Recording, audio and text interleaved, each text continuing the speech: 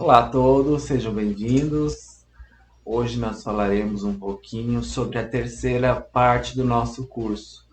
Falaremos sobre as vertentes da educação ambiental. Para falar especificamente deste conteúdo, nós iremos utilizar esse artigo aqui.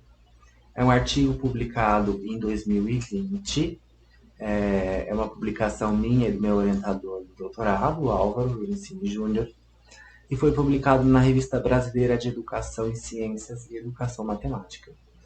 Essa revista pertence ao programa de pós-graduação da UniOeste, na área de ensino.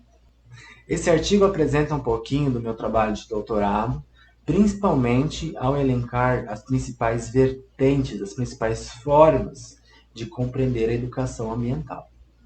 Segundo as pesquisas da área, foram possíveis encontrar quatro principais vertentes da educação ambiental: a educação ambiental conservacionista, pragmática, crítica e pós-crítica, certo? Essas são as quatro principais vertentes encontradas nas pesquisas do campo da educação ambiental. Então, no meu trabalho de tese, eu busquei identificar quais são essas vertentes, as suas principais características, as suas principais metodologias e formas de ação, e também avaliar como que é formado, ou melhor, como são formados os professores de ciências e biologia da UniOeste de Cascavel. Então eu fiz um enfoque para este curso, considerando que desde a Constituição, de 1988, está lá escrito, declarado que a educação, que todo o processo educativo está vinculado à educação ambiental. Então, assim, todo professor, querendo ou não, ele é um educador ambiental. Querendo ou não, sabendo ou não, ele é um educador ambiental. Então é importante que a gente avalie esses cursos. Como que é essa formação de professores? Eu avaliei a formação de professores de ciência e biologia. Existem outros trabalhos avaliando os professores pedagogos. E aí nós temos diferentes aspectos para se avaliar. Como que está o currículo, né? Como está o projeto político-pedagógico deste curso de graduação? Quais disciplinas são proporcionadas nessa formação? Quais os conteúdos que essas disciplinas trazem? Tudo isso conforma o currículo de um curso acadêmico. Quando a gente fala de vertentes, a gente pode encontrar também outros termos relacionados, como correntes teóricas, campos, divisões, de qualquer forma. São formas de se olhar, de se atuar para a questão ambiental. Mas a palavra de vertente, ela foi assim escolhida porque acredito que todas as diferentes áreas, elas vertem de diferentes autores, ou melhor, de diferentes formas de pensar, de interagir, de compreender o mundo. E essas diferentes formas têm seus principais grupos aí de autores, certo? E esse é um processo que ele tem, obviamente, uma origem vinculada a um grupo de saberes e um desenvolvimento, uma construção que vai incorporando novos saberes. Quando a gente pensa nesse processo assim, de incorporar novos saberes, de aprender novas, ou melhor, de olhar para o mesmo objeto sob novos olhares, ou de tentar construir um outro método de pesquisa, uma outra forma de pensar, de construir o mundo, a gente está falando indiretamente de paradigmas aqui. Então, os paradigmas são aquele conjunto de valores, de didáticas, de metodologias que os profissionais de uma área de pesquisa aplicam e consideram como certo, né? Quando a gente está falando paradigma, a gente está falando daquele conceito lá do Thomas Kuhn, quando ele escreveu na Estrutura das Revoluções Científicas, que os paradigmas vão sendo superados progressivamente, mediante a incorporação de novas ideias, que são progressivamente aceitas pela comunidade científica, e aí por diante, né? Então, quando a gente está falando da educação ambiental em 4 vertentes, e tem uma gênese na vertente mais ambiental, mais biológica, a gente está falando da evolução dos conhecimentos, a gente está falando de uma revolução científica dentro da educação ambiental. É nesse sentido que a gente encontra um campo teórico para estudar o desenvolvimento, para estudar as transformações da educação ambiental. Então, a gente consegue. Tudo isso, né, que a gente está mencionando aqui é epistemologia, que é estudar, refletir sobre a origem do próprio conhecimento. Nesse caso, a gente está falando do conhecimento ambiental, conhecimento relacionado à educação ambiental. Dando continuidade, então, vamos agora observar cada uma das vertentes da educação ambiental e tentar compreender um pouquinho das suas características principais, do seu desenvolvimento, das suas críticas ao desenvolvimento da sociedade e aí por diante, ok? Então vamos lá. Nossa primeira vertente é a vertente tradicional conservacionista. Dentre essas 4 vertentes, 2 vão ser consideradas tradicionais. Conservacionista e pragmática, elas são tradicionais por quê? Porque elas evocam principalmente os conteúdos biológicos, os conteúdos das ciências naturais, as novas tecnologias também, mas no caso da pragmática, mas ela não está buscando entender um pouquinho mais como que funcionam as sociedades, como que funciona o indivíduo, tá? Ela fica vinculada nessa reflexão ambiental, ambas, né? E 2 dessas vertentes são consideradas transformadoras, ou seja, elas refletem sobre a realidade socialmente construída de determinadas populações, de determinadas categorias, e elas utilizam do pensamento marxista, né, para compreender um pouquinho como se estruturam as sociedades na modernidade. Todavia, elas também têm diferenças entre elas, né? Então, a nossa primeira é a vertente tradicional conservacionista, ou somente conservacionista. O nome já traz uma dica, né? Conservar natureza, assemelha assim aquela noção de conservar, de manter os recursos naturais intactos. Então a gente precisa entender como que a natureza funciona. E para isso a gente utiliza dos conhecimentos das ciências biológicas, né? Principalmente, obviamente, aqueles relacionados à ecologia. A ecologia estuda o quê? Estuda o ambiente. Então, esse estudo do ambiente, esse estudo da casa, lá do grego, ecologia significa o estudo do meio, o estudo da casa, ele seria o principal conteúdo, o principal saber que é utilizado para reivindicar, para falar, para compreender e para buscar soluções para a crise ambiental. Então, esse paradigma conservacionista, ele tem a busca do quê? Conservar os recursos naturais, manter a água em dia, não jogar lixo. São ações relacionadas aos impactos que o nosso modo de vida causa nos ecossistemas naturais. Tá? Então, assim, é o início da educação ambiental. É a educação ambiental que surge na ecologia, na compreensão de como que funcionam os diferentes ambientes, os diferentes ecossistemas. Tá? Lembrando que significa ecossistema.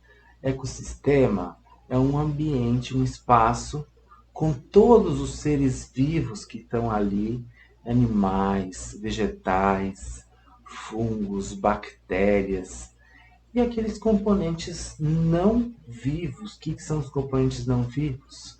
Os gases, oxigênio, nitrogênio, o solo, a água, entende? São todos aquelas moléculas, aqueles compostos que estão relacionados à vida, mas que não possuem vida, certo? Então, isso é ecossistema, é a interação, é esse movimento entre os diferentes componentes de um determinado local. E nesse contexto, eu estou aqui no quarto em um ecossistema, você aí está em um ecossistema, só que nós também temos ecossistemas, ó, embaixo das nossas unhas, na nossa boca, no nosso intestino. Nós temos diferentes concepções, ou melhor, diferentes possibilidades de encontrar um ecossistema. Então essa educação ambiental inicial, ela reflete que a gente vai prejudicar diferentes ecossistemas e isso vai chegar de uma forma ou outra na gente, né? Nos animais, nos seres vivos em geral, incluindo o homem. E ela está vinculada ao início daquele movimento ambientalista, né?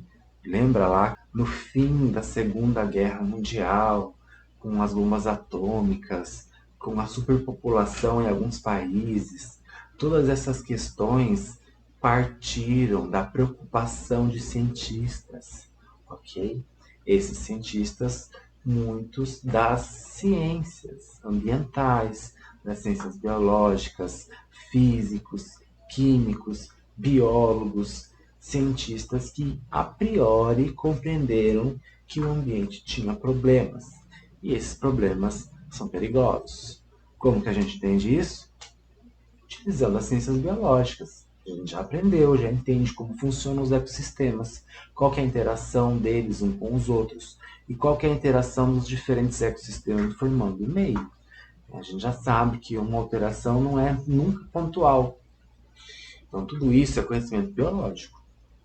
Essa vertente, ela é hegemônica na maior parte do tempo, desde o início dessa discussão sobre a guerra, sobre as populações, isso por volta de 1945 em diante, a gente tem a vertente tradicional conservacionista.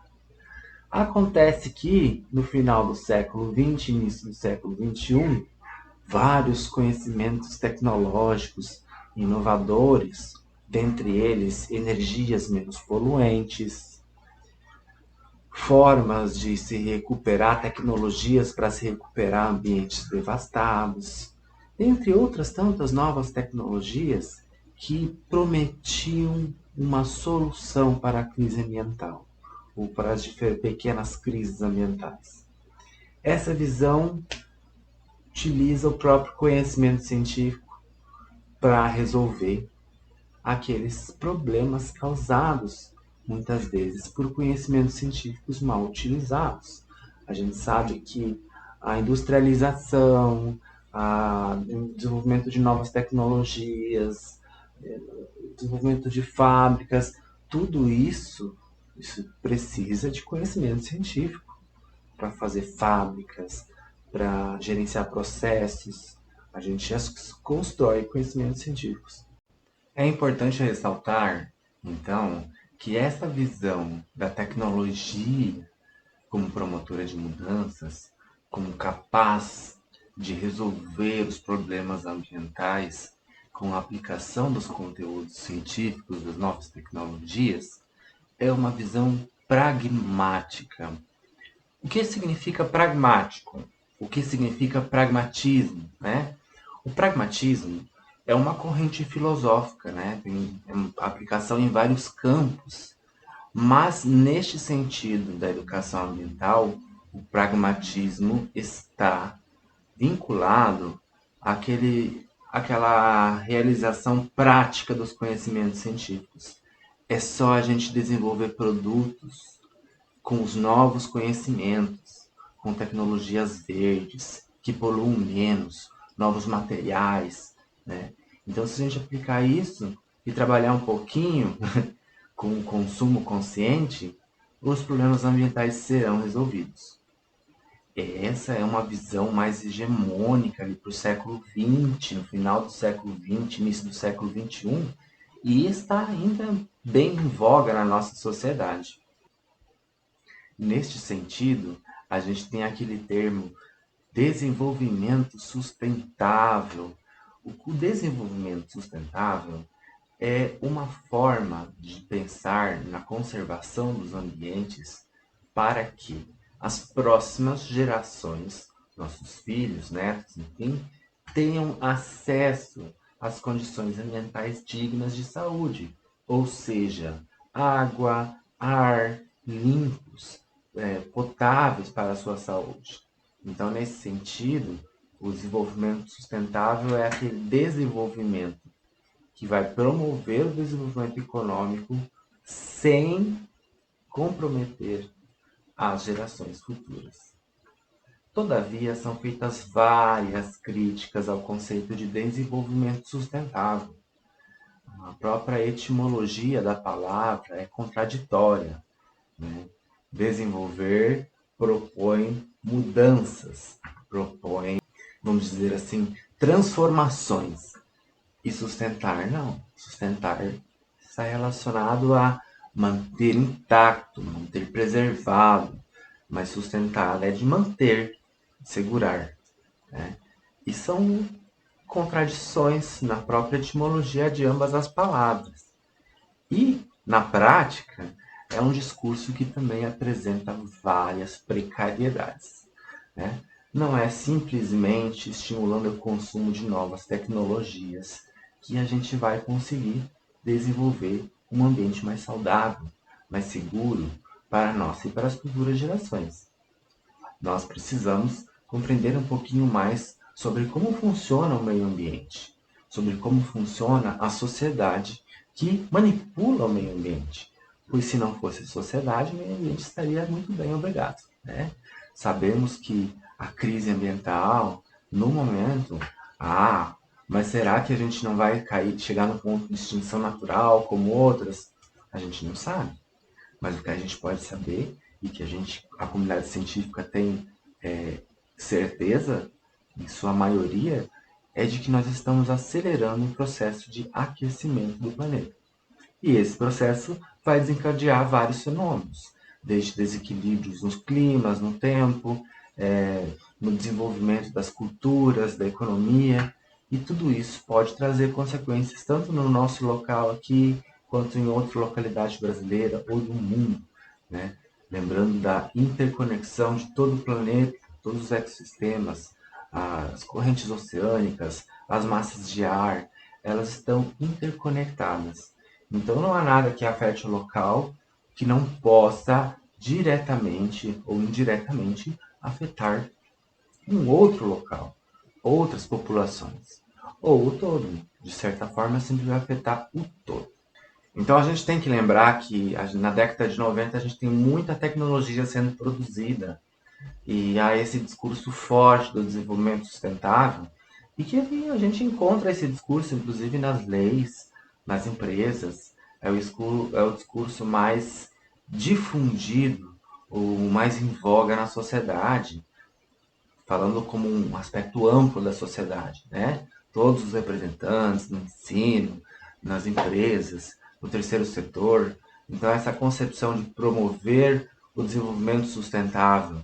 Muitas vezes, né, a gente fala desenvolvimento sustentável, mas nem faz a reflexão sobre o que é a sustentabilidade, que é um conceito à parte.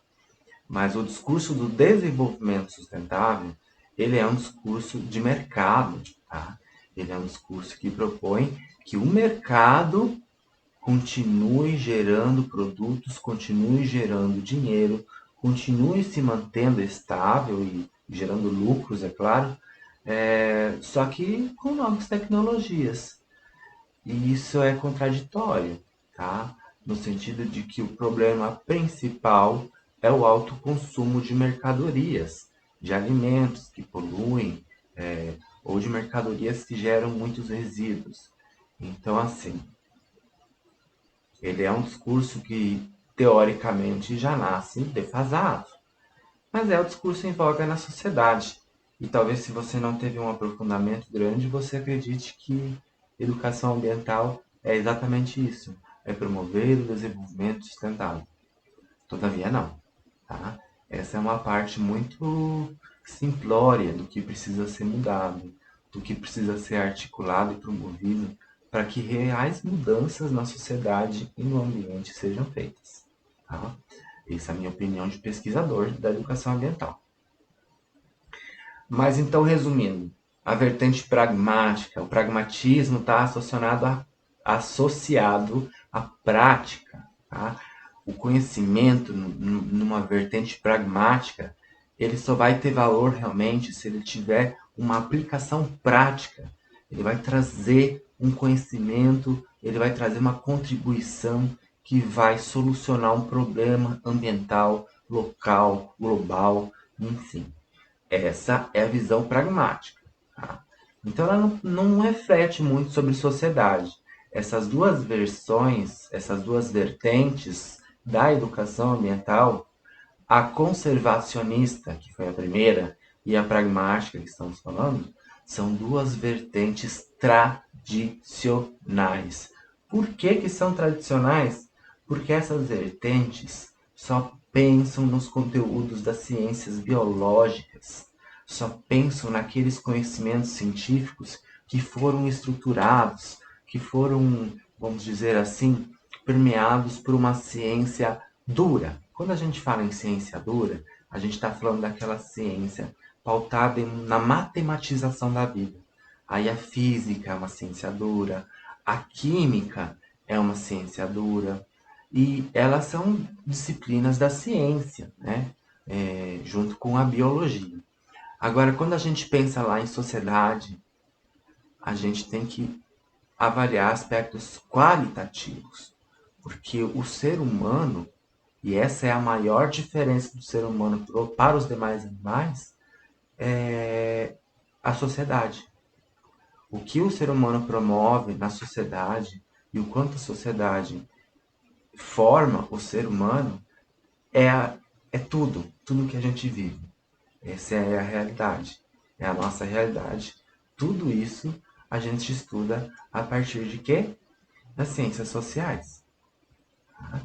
E aí vai entrar tudo que estuda o ser humano, a antropologia, a sociologia, a filosofia, todos esses estudos, esses arcabouços, vamos falar assim, todo esse material teórico dessas disciplinas tem que ser incorporado para a gente resolver a crise ambiental. E cada vez mais a gente observa que a crise ambiental ela é uma crise de valores, ela é uma crise de como o homem se relaciona com a natureza. E isso é mediado por valores. Valores de valorizar mesmo o meio ambiente, o seu equilíbrio, a sua preservação, né? A sua fauna, a sua flora no estado mais original possível.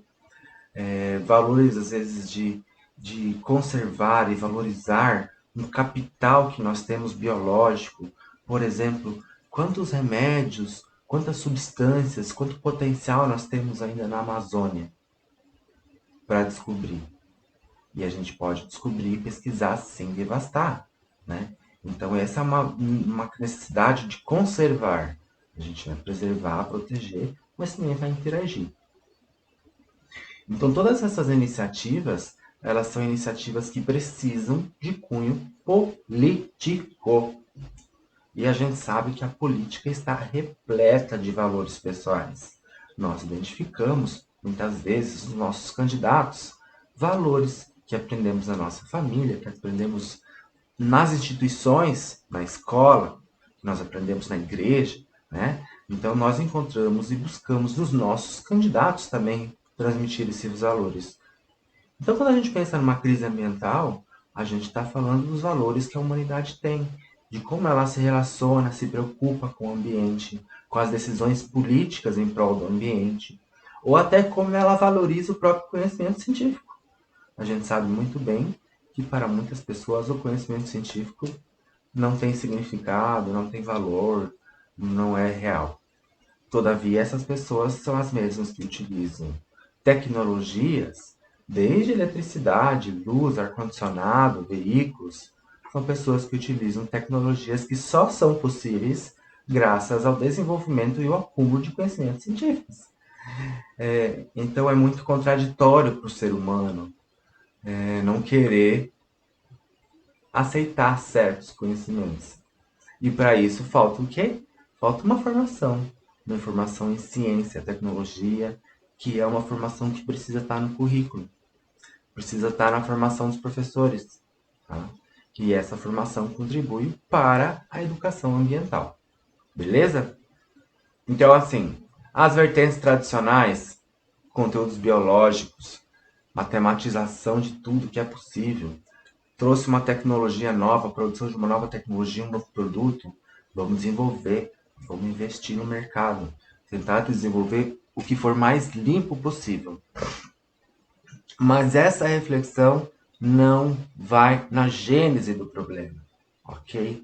Essa reflexão não contextualiza o homem, o seu comportamento na sociedade, no ambiente, que manifesta a crise. E é por isso que ele é insuficiente para a compreensão da problemática ambiental, das estratégias de educação ambiental, da compreensão do que é o ambiente. Essas vertentes tradicionais não consideram as ciências sociais, não consideram o ser humano como verdadeiro componente dos ambientes. E aí falta eficácia na aplicação, nas metodologias, nas atividades, ok? Essas vertentes tradicionais, elas não consideram aspectos importantes da educação e da sociedade. Não refletem sobre questões econômicas, políticas, culturais que manifestam a crise ambiental e consideram apenas esse viés, esses conhecimentos ecológicos. Tá? Então, essa identidade tradicional, ou também conservadora, pode ser dita como conservadora, ela tem uma visão da ciência, assim, uma visão que a gente chama de mecânica. O que é uma visão mecanicista da ciência? É aquela visão da ciência como um acúmulo de conhecimentos pautados num rígido método científico e que vai trazer soluções para a nossa realidade. Essa é uma visão mecânica e ao mesmo tempo utilitarista da ciência. Quando a gente estuda um pouquinho mais, a gente vê que o processo de construção dos saberes científicos é muito mais complexo. Ele está associado a várias revoluções que são necessárias para que um novo conhecimento, para que uma nova visão de mundo seja integrada. Então, assim, quando a gente vê a ciência dessa forma, quando a gente tenta ver o ambiente dessa forma, a gente está simplificando a realidade. A gente desconsidera as relações de poder. Tudo isso manifesta o quê? As decisões que mais impactam o meio ambiente, né? Então a gente também tem o que aí? A transmissão de conteúdos, porque você transmite conteúdos das ciências biológicas. Os alunos vão meio que receber essa responsabilidade de melhorar o ambiente, tá? Ele vai lá, recebe, vai aplicar. Só que ele não consegue transpor esse conhecimento para a sua realidade, não é um conhecimento pronto, estruturado. Vai lá, por que isso está relacionado na prática? Ah, gente, não jogar lixo, separar. O que adianta aprender a separar o lixo se não tem coleta seletiva? Né? São questões assim que têm que ser refletidas. O que mais? Economizar água, noções e aspectos de higiene do corpo, tudo isso é educação ambiental, ok? E tudo isso é básico, pensa no quê? Nos conhecimentos científicos, nas ciências biológicas, tudo isso parte das ciências biológicas, tá? E essa visão, assim, não considera as causas reais. Quais são as causas reais do consumo? Quais são as causas reais da crise ambiental? Quais são as causas do consumo excessivo de mercadorias, da poluição? As causas reais dessas questões estão na sociedade, na forma como ela se comporta, como ela consome, como ela interage com seus iguais. Então, essas vertentes conservadoras ou tradicionais, elas são vertentes que prezam por algumas práticas específicas, como, por exemplo, atividades educativas relacionadas ao consumo consciente, ou seja, consumir o que é necessário, pensando em produtos, serviços, redução, reciclagem e reutilização de materiais, ok? Redução de lixo, produção de lixo, economia e uso consciente da água, uso consciente da energia elétrica, consumo de produtos que não são tão poluentes, né? Então, tudo isso são práticas comuns, todas as atividades que se desenvolvem sobre esse aspecto são consideradas pertencentes às vertentes tradicionais da educação ambiental. Beleza? A partir de então, a gente vai começar a falar sobre as vertentes transformadoras. Vamos então à vertente crítica da educação ambiental. Como eu mencionei, a educação ambiental crítica, ela pode ser considerada, conhecida como transformadora, emancipatória, também pode ser chamada de educação popular, educação dialógica, porque ela integra a área ambiental a questões vinculadas à democracia, emancipação, educação das massas, e tudo isso é proveniente das ciências sociais e políticas, tá? Então, a principal base desse tipo de pensamento é o marxismo e o neomarxismo. O que seriam essas vertentes, né? Elas são vertentes de pensamento, são correntes teóricas que consideram a luta de classes como fundamental para se compreender ou para se promover processos educativos. A educação não pode ser um mecanismo que perpetue a pobreza, que perpetue a ignorância, que perpetue condições simplórias, menos desenvolvidas de vida. Né? Então, a educação ela é um mecanismo de transformação das realidades, transformação dos ambientes, transformação da realidade material e da realidade dessas pessoas, do convívio das pessoas, das famílias, da comunidade, para que esse desenvolvimento traga e liberte essas pessoas, que elas possam conhecer o mundo e, através do conhecimento, receber mais, melhorar a sua vida, conseguir desfrutar de um emprego, de uma casa e, há quem diga, né, também condição a crescer financeiramente, né? Então, a educação ambiental crítica, ou a vertente crítica da educação ambiental, ela pensa muito na historicidade da realidade.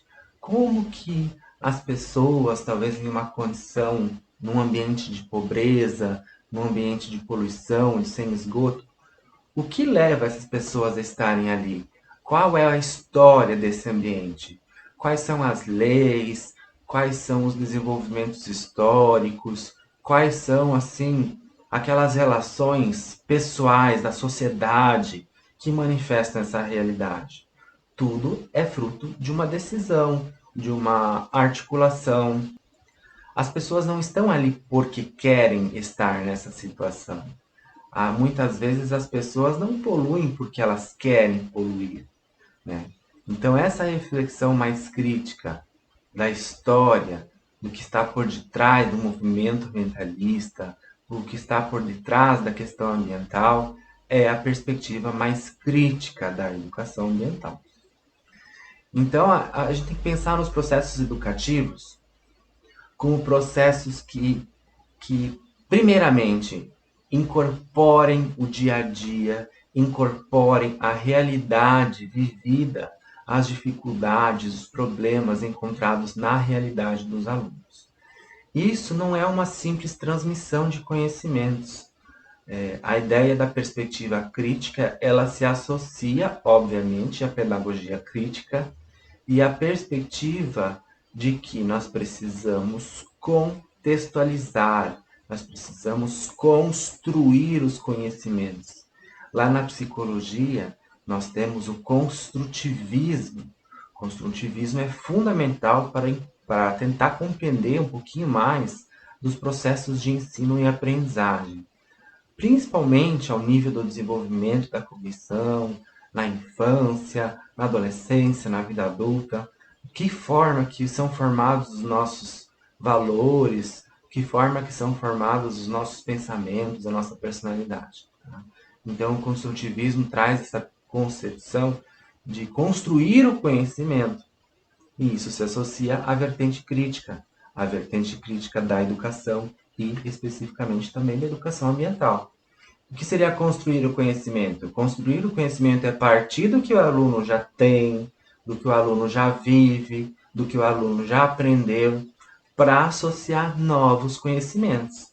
E pensar numa perspectiva transformadora é promover conhecimentos que sejam capazes de fazer o aluno atuar na sua realidade, na sua casa, na sua comunidade, né? O que é um aluno atuante? O que é um aluno? É um aluno que ele vai estudar, que ele vai auxiliar na família, que ele vai impactar na realidade. Ou se ele não fizer isso, ao menos ele precisa saber que esse é o meio, essa é a forma mais correta de se pensar nos objetivos da educação, para trazer uma reforma social, para trazer uma emancipação. Tá? Então, mesmo que ele vá e faça lá um curso ambiental, ou que ele fuja dessa realidade, é importante que ele saiba como modificar a sua realidade, para que, pautado em diferentes realidades, ele possa compreender os diferentes discursos, seja como político, seja como profissional. Tá? E a base do construtivismo é essa concepção do ambiente. O ambiente, a gente só vai conseguir promover uma educação ambiental real quando a gente questionar e problematizar os problemas em que este aluno está inserido. Tá? E sim, a educação ambiental ela trabalha de certa forma com o globo, com a biosfera. Todavia, precisamos partir da realidade local, onde há a realidade que pode ser modificada. E esse aluno precisa saber que as suas ações, precisa saber que as suas decisões, inclusive as suas decisões políticas, interferem nessa realidade. Tá? Então, quando a gente está falando tudo isso, a gente está falando de marxismo. O referencial teórico é o materialismo histórico dialético, ok? E, obviamente, todo o material produzido a partir de Marx, posterior, a contribuição de outros sociólogos, o que a gente vai chamar de neomarxismo. Na pedagogia, nós temos duas linhas, duas correntes de ensino muito claras, críticas. Nós temos a pedagogia libertadora, de Paulo Freire, e a pedagogia histórico-crítico, de Demerval Saviani. Tanto Freire quanto Saviani pensam na educação como um processo de construção, de libertação, de evolução. A pedagogia libertadora do Freire é uma pedagogia que propõe a alfabetização das classes trabalhadoras, muitas vezes analfabetas, semi-analfabetas. E através do seu processo, né, da sua metodologia, Paulo Freire conseguiu tanto alfabetizar várias pessoas, quanto ser reconhecido como um dos maiores, ou provavelmente o maior educador da humanidade. O maior nome que a gente pode citar na educação no mundo é Paulo Freire. E a pedagogia histórico-crítica do Saviani, ela traz essa perspectiva de incorporar os conhecimentos historicamente construídos. Ou seja, um ambiente nada mais é do que um conjunto de ações, de escolhas, de políticas, de movimentos que transformam, reconstituem, depredam e modificam o ambiente. Tá? Então, entender a pedagogia histórico-crítica e dentro da educação ambiental tem essa perspectiva de compreender o que consolida, quais são os marcos, quais são os pontos, quais são os movimentos históricos que fizeram e manifestaram esse ambiente. O que nós temos de novo na vertente crítica? Nós temos a ideia, o princípio de construir conhecimentos, sejam eles ambientais, na educação ambiental, ou seja, nos demais conhecimentos. É partir de um arcabouço que o aluno já traz, já carrega das suas vivências de outras disciplinas. Para tal, faz-se necessário a contextualização da realidade dos alunos. Tá? Então, a gente tem aí uma transformação, uma evolução na educação ambiental. porque ela não é mais simplesmente um processo de ensinar ciências, ensinar biologia ou de consumir tecnologias pautadas nesses conhecimentos. A educação ambiental crítica, ela está vendo o mundo como uma coisa muito mais complexa, porque a problemática ambiental, o perigo da gente ter a extinção da espécie humana, ou o perigo da gente ter várias populações sendo atacadas por desastres ambientais, como já são, toda essa questão sobre o desequilíbrio, que a gente pode chamar de crise ambiental, isso inclui também a má distribuição de renda, as violências, seja elas contra gênero, seja elas contra a orientação, tudo isso manifesta a realidade. Só que agora, né, o professor já começou a falar de violência, de identidade de gênero, da questão das mulheres, da equidade de gênero, e aí a gente já entra numa outra perspectiva, da qual eu contribuo bastante na minha dissertação, desculpa, na minha tese, que é a perspectiva pós-crítica. A perspectiva pós-crítica, ela vai mais além. Ela realmente tem um compromisso com a complexidade da realidade.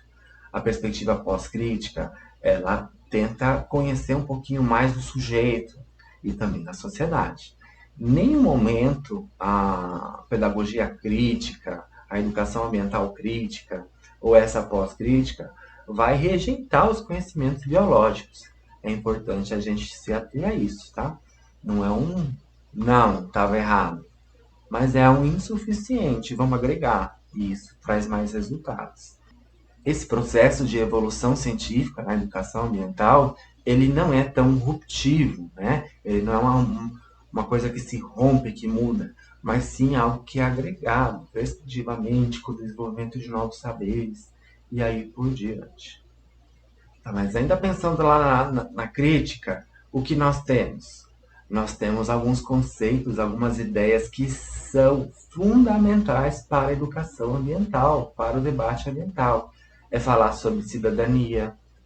O que é um cidadão? Qual que é o papel do cidadão no seu ambiente, em relação às outras pessoas, aos outros seres vivos? O que é democracia por si só? Né? É um momento bem importante para a gente respaldar o valor da democracia. O quanto foi difícil a gente conseguir uma sociedade democrática. A participação. O que é a participação? Participação são os sujeitos ou são os principais representantes participando nas escolhas políticas, de como gerir os recursos. Ai, como assim? Existem conselhos comunitários, conselhos municipais, onde há espaço para a participação da população, desde representantes de associações, de moradores, associações comunitárias, de instituições da saúde, da educação, todos podem participar de uma forma ou outra. Procure se informar. Então, a participação, um exemplo clássico, para falar sobre água. No Brasil, nós temos a Política Nacional de Recursos Hídricos, que estipula que todas as decisões sobre como que será tratada, como que a gente vai utilizar os nossos recursos, se a gente está poluindo, quanto que a gente vai cobrar para esse tratamento, diversas decisões que são importantes para a gestão da água, para a gestão dos recursos hídricos, são tomadas dentro dos comitês gestores. Esses comitês, eles são relacionados e estão juntando aí representantes das empresas, das indústrias que utilizam essa água. Obviamente, aqui no Paraná tem uma participação da Sanepar, que é a empresa público-privada que é responsável pelo tratamento e distribuição de água e esgoto. E a gente tem a participação da sociedade civil. Tá? Então, existe uma parcela significativa da população que pode estar atuando nesses conselhos, pode estar a par de todas essas decisões. Procure se informar com o seu representante. Às vezes tem um conselho no bairro, um conselho na sua comunidade, e você não sabe o motivo dele estar lá. Mas ele é um espaço garantido por lei para que as pessoas participem na gestão do dinheiro público. e também da conservação dos nossos recursos. Conflitos, gente, olha esse conflito político. Esse é um conflito que invoca muito em debate ambiental, ou seja, os nossos representantes e os que foram indicados por os nossos representantes, indiferente de que lado você seja, eles são considerados pessoas muito importantes para definir as políticas ambientais, para definir como que será feita a distribuição de renda, como será feita a punição. Tudo isso parte por uma equipe política, ok? E geralmente a equipe política é escolhida pela presidência da República. E, né, a gente tem os ministros de meio ambiente, sua equipe que vem junto, acompanhando e trazendo todo um trabalho que já é construído. Geralmente essas pessoas, elas têm um vínculo muito próximo com a área. No caso, né, a área ambiental, que a gente está falando aqui. Transformação social. Nossa, transformação social é a base do discurso crítico. Não existe nenhuma mudança ambiental sem transformação social. As pessoas não vão se preocupar em preservar o ambiente se elas passam fome, se elas trabalham 12, 15 horas por dia. Tá? Então, a transformação social, ela é uma ferramenta, ou melhor dizendo assim, ela usa de ferramentas que vão promover mais conhecimentos, melhores condições de vida, melhores condições de saneamento básico incluídas aí, a capacidade de ter uma maior qualidade de vida, tanto em saúde quanto em bem-estar. E isso só se faz com melhor distribuição de renda. Né? Então, todas essas discussões da vertente crítica são discussões políticas. Isso não tem nada a ver com partidarismo. Partidarismo é o pega para capar final lá. Se você não entende essas questões políticas, é bem provável que você vai ser manipulado pelos partidos. Então é importante essa formação política, essa formação democrática, cidadã, que a escola tem que ter. E isso é fundamental para a educação ambiental, com toda certeza. Tá? Então a educação ambiental não vai ser uma disciplina, não vai ser uma estratégia. A educação ambiental vai ser o quê? Essa reflexão constante do ambiente dos alunos. Reconhecer as injustiças sociais, as injustiças ambientais que estão nessa realidade dos alunos. Eles com certeza não estão em um ambiente difícil, uma situação de vida difícil, porque gostam, porque escolhem. Né? Então, essa questão da distribuição, do acesso, da qualidade de vida, isso tem que ser a base da educação ambiental. E isso não se faz com uma disciplina. Isso se faz com uma formação integral, cidadã, tá? De pessoas que têm vamos dizer assim, uma noção mais ampla de vida, de mundo, ecologia, ideologia, mecanismos, economia. Então, na verdade, é o quê? Uma educação muito bem feita em todas as suas vertentes, em todas as suas disciplinas. E agora nós vamos para a vertente pós-crítica da educação ambiental. A vertente pós-crítica é uma perspectiva que vai além da crítica. Ela não ignora os saberes construídos pela perspectiva crítica, também não ignora a necessidade de atividades de educação ambiental tradicionais. Ela só quer refletir que o ambiente ele é muito mais do que tudo isso. O ambiente é muito mais do que o capitalismo, do que a estrutura da sociedade. Mas também é isso. O ambiente envolve aspectos de como eu me relaciono com o ambiente, como que eu sinto o ambiente, como que eu valorizo ele, se eu acho bonito, se eu acho feio, se isso me agrada, se isso me traz emoções.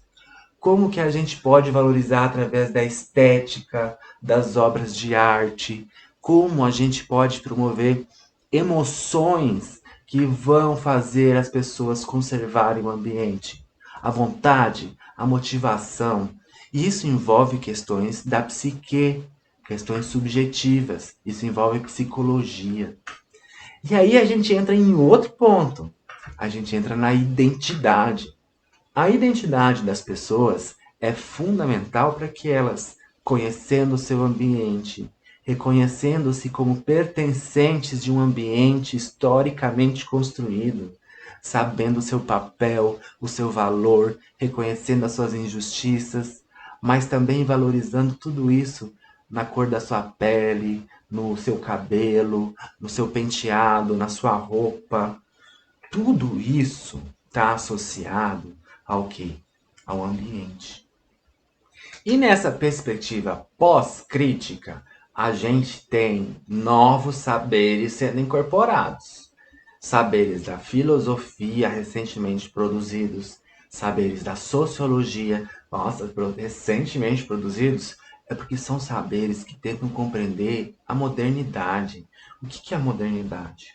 Existem vários conceitos para a modernidade, mas a gente pode resumir e pensar a modernidade como esse período do século XXI, 20, 21, né? Inicia no final do século XX e se mantém aqui, lembrando, né? O Brasil parece que veio um pouquinho atrasado, mas a gente ainda está promovendo o acesso a todos à energia elétrica, a meios de comunicação, a uma qualidade de vida, né? A lazer.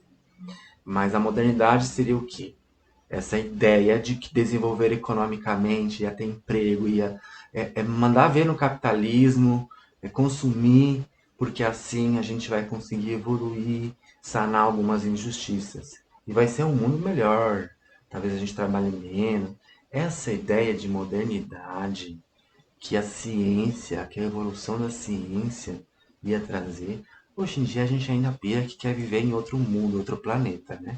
É óbvio que é um investimento importante, mas com muito menos a gente daria um jeito na fome no mundo.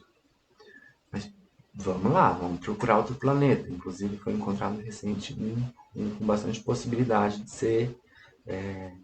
ser explorado por nós humanos. São questões complexas, tudo isso envolve política, né? Mas então, voltando à discussão pós-crítica, esses saberes da sociologia, vamos lá. A sociologia estuda como que a sociedade se estrutura. E na estruturação da sociedade, das unidades familiares, a gente tem o papel das instituições. Quem são as instituições? É a igreja, é o Estado, o poder público, é a própria família, né? Essas são instituições que interferem na nossa personalidade, nos nossos valores, na nossa formação. E a gente fala que essa visão ela é estruturalista. Quem considera a interferência e o poder das instituições na formação dos indivíduos é considerado ou se associa a uma perspectiva estruturalista na sociologia. Todavia, a modernidade mostra que hoje em dia, com a internet, com as comunicações, com os meios de transporte, a gente pode ter contato com gente do mundo inteiro. É possível a gente ter interferências na nossa personalidade que vem de um youtuber lá da China. Se você tiver acesso, se algo te trazer e te canalizar até esse conhecimento, até essa visão de mundo. E às vezes isso te encanta. Te encantando, isso começa a fazer parte do seu consciente, né? Pode interferir na sua personalidade. Então os pós-estruturalistas, eles consideram essa realidade mais moderna. É uma realidade onde a gente está conectado. A gente pode ser, eu posso ficar aqui no meu quarto e fazer educação com professores do mundo inteiro, se eu quiser, né? É óbvio que no Brasil nem todos têm acesso, mas essa é a realidade do mundo e assim deveria ser para todos. Infelizmente ainda não. Outro questionamento, então, sobre isso, essa visão de mundo, é feita sobre como nós nos relacionamos com as pessoas. Cada vez mais as relações, elas são superficiais, elas são rápidas, até as relações amorosas, elas são mais maleáveis. Então a gente tem autores aí da sociologia, o Bauman, ele defende que a sociedade ela é fluida, é uma sociedade mais líquida. O que isso diz? O nome do livro é Modernidade Líquida, né? Sua principal obra. E ele também tem relacionamentos líquidos, tem outros. A gente falou isso no primeiro módulo. Mas ele pensa na sociedade como algo que é muito fluido. E tudo que é muito fluido escapa muito fácil, não é? Então, as relações sociais, os conhecimentos, os saberes, tudo muda muito rápido, evolui ou não, não é necessariamente uma evolução, mas tudo tem um ritmo muito acelerado. E essa interferência ela não é só do teu ambiente, ela pode ser de qualquer ambiente. Então, essa contextualização do sujeito mais planetário, mais global, dentro da educação ambiental, ela também pode ter um viés pós-crítico, ok? Principalmente abordado pelos sociólogos. E na filosofia, nós temos o Edgar Morin, que vai trazer o pós-modernismo. Então, o pós-modernismo é entender que esse mundo, que o dinheiro, que o capitalismo, que o desenvolvimento econômico e científico ia resolver, ia solucionar, nunca chegou. Isso foi só um pesadelo, um delírio, e que a gente precisa acordar para a realidade, que as questões morais, que as questões sociais são as que gritam, são as que necessitam de mais atenção. Então esse modelo reflexivo de modernidade e pós-modernidade, ele está permeando a sociologia também e a filosofia. Tá? Então você tem que entender isso, que hoje em dia a gente tem que viver, e isso é real, se vocês não sabem, é também por esse motivo que estamos tendo o curso. Mas a gente vive sobre a iminência de uma catástrofe. Tá? Nós vivemos sobre a iminência de uma catástrofe ambiental, ou pequenas, ou grandes desastres que nós presenciamos a todo dia. É óbvio que vivemos num ótimo território, numa ótima região aqui no oeste do Paraná. Por enquanto, sim. Né? Não temos terremotos, não temos inundações, não temos tsunamis. Mas será que vamos ter chuva sempre? Para manter a produção das nossas commodities? O que são as commodities? É o que gera lucro, dinheiro que a gente exporta. E é soja, milho e carne. Será que se chover? Então tudo isso é uma reflexão associada à educação ambiental, é claro, mas que pode ser associada ao pensamento da pós-modernidade, que a gente ainda não acordou aqui no Brasil. Né? A gente ainda tem um atraso na informação, na formação das pessoas em todas as faixas etárias. A gente ainda acredita na modernidade. Então, quando a gente começa a questionar esse mundo, começa a questionar a realidade ambiental, os discursos políticos, começa a questionar a economia, os modos de vida, a gente começa a questionar tudo, aí a gente está questionando a modernidade. Porque todos nós, até os 20 e poucos anos, e talvez a nova geração, a anterior, também caia nesse discurso. Mas é o discurso que você vai se desenvolver, vai estudar, vai ficar rico e vida que segue, tudo bem. É um discurso utópico, às vezes necessário. Há quem defenda. Mas a vida não é assim, né? A vida é complexa, ela é difícil, ela é cheia de percalços, de subidas, de descidas, tá? E isso é apontado também na psicologia como uma forma de pensar prejudicial e sim muito associada à modernidade. Ok? Isso é o pós-crítico, mas dentro disso tem todas as lutas de classe, todas as lutas pela identidade racial, pela identidade sexual, pela identidade de gênero, pela equidade de gênero. Tudo, toda essa discussão entra na perspectiva pós-crítica, ok?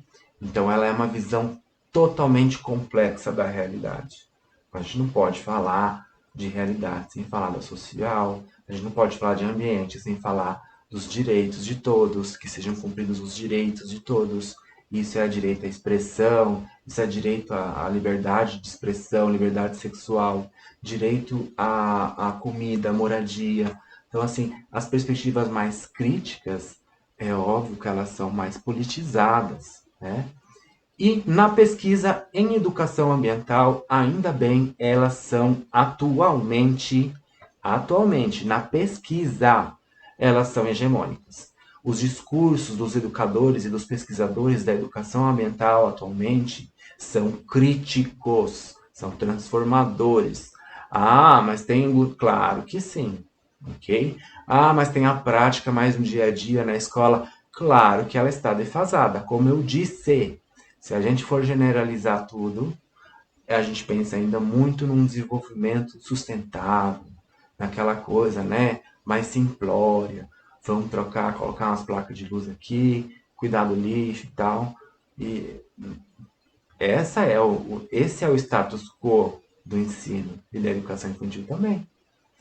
Agora, integrar todas essas novas questões necessita de formação, formação de novos profissionais, formação continuada, como estão tendo aqui.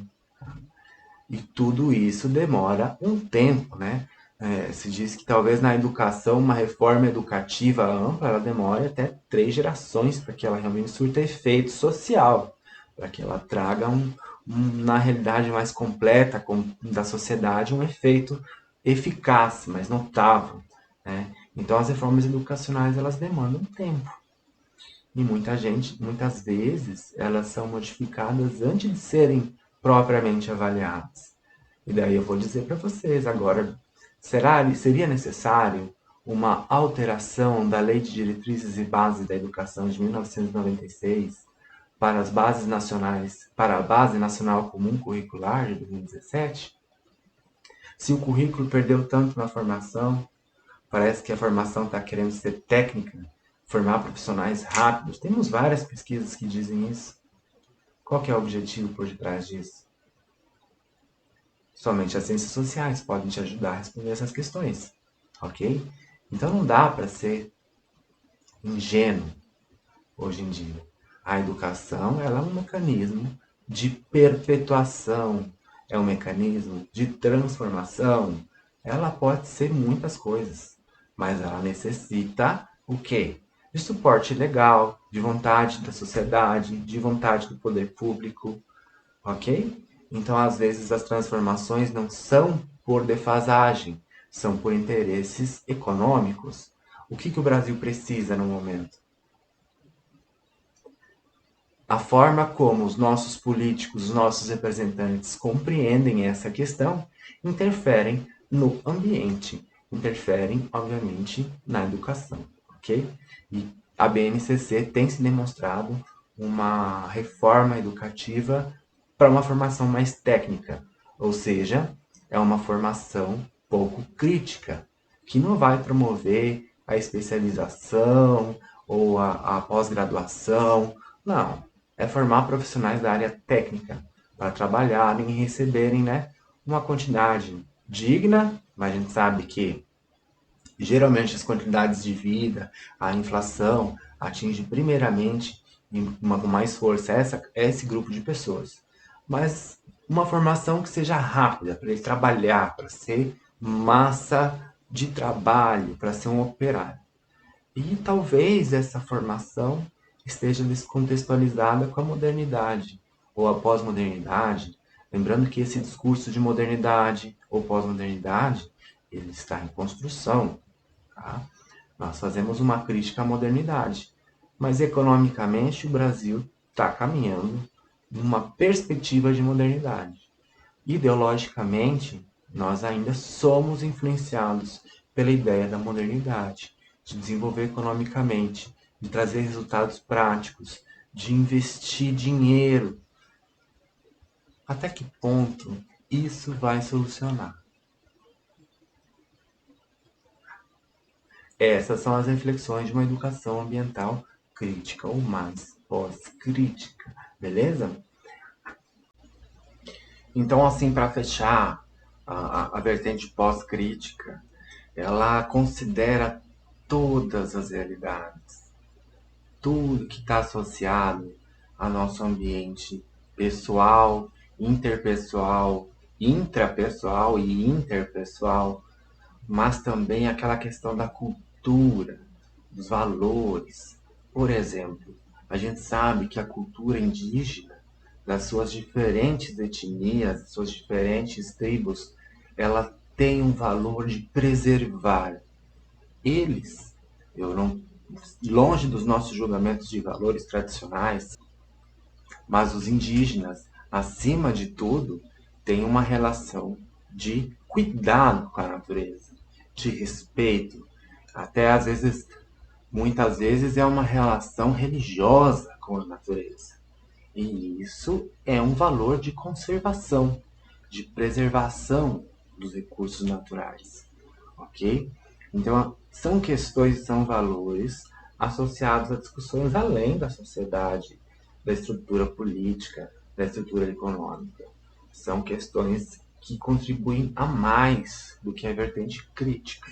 A vertente pós-crítica, ela adiciona, já tem a teoria crítica, mas ela vai lá e traz a questão da subjetividade.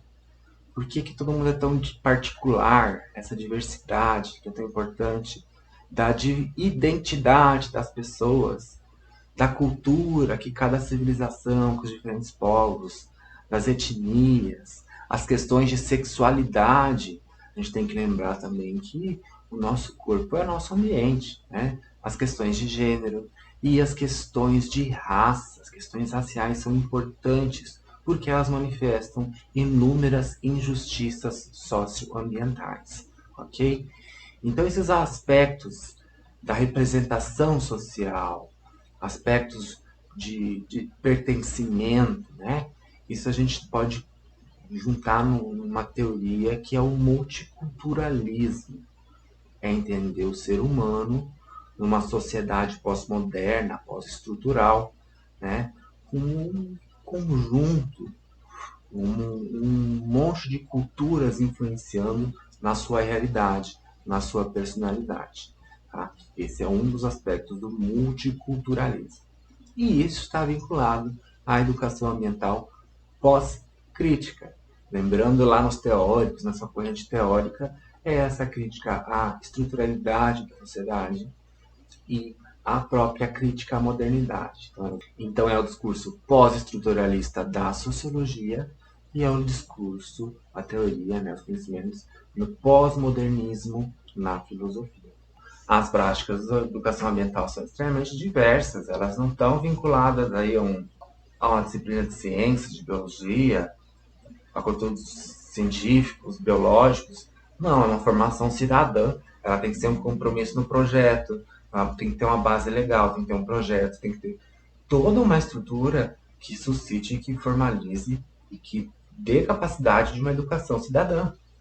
Uma educação cidadã é uma educação que pensa em valores, que pensa no ambiente de forma complexa, que questiona questões políticas, econômicas, que questiona a realidade das crianças, que integra esses alunos à realidade da escola. Então, todas essas questões estão associadas. Esse vídeo ficou um pouquinho mais longo e a gente conseguiu observar as 4 diferentes vertentes da educação ambiental. Então, é a vertente tradicional conservacionista, é a vertente tradicional pragmática, são consideradas tradicionais porque elas só consideram os conteúdos biológicos, a evolução da tecnologia, tá? E a vertente crítica e pós-crítica consideram a crítica, os conteúdos oriundos das ciências sociais, da sociologia, e a pós-crítica integra todos os saberes, todas as questões de identidade, as questões relacionadas à nossa personalidade, ao nosso ego, ao nosso ser. Tudo isso está associado à educação ambiental pós-crítica. Então, as práticas educativas são as práticas educativas como elas deveriam ser, formando cidadãos em um ambiente saudável, sabendo reconhecer a importância de respeitar as diferenças, a importância das nossas decisões, das nossas escolhas políticas, dos nossos posicionamentos. Isso é uma formação cidadã, o que não tem nada a ver com uma formação militar, tá? Por favor, não confundam. E nesse vídeo, ficamos por aqui. No próximo, que é o vídeo 4, a gente vai ver um pouquinho da prática na sala de aula. Vai estudar o que a BNCC fala lá na educação infantil. Como que a gente pode pensar em educação ambiental olhando para a BNCC da educação infantil? Até lá!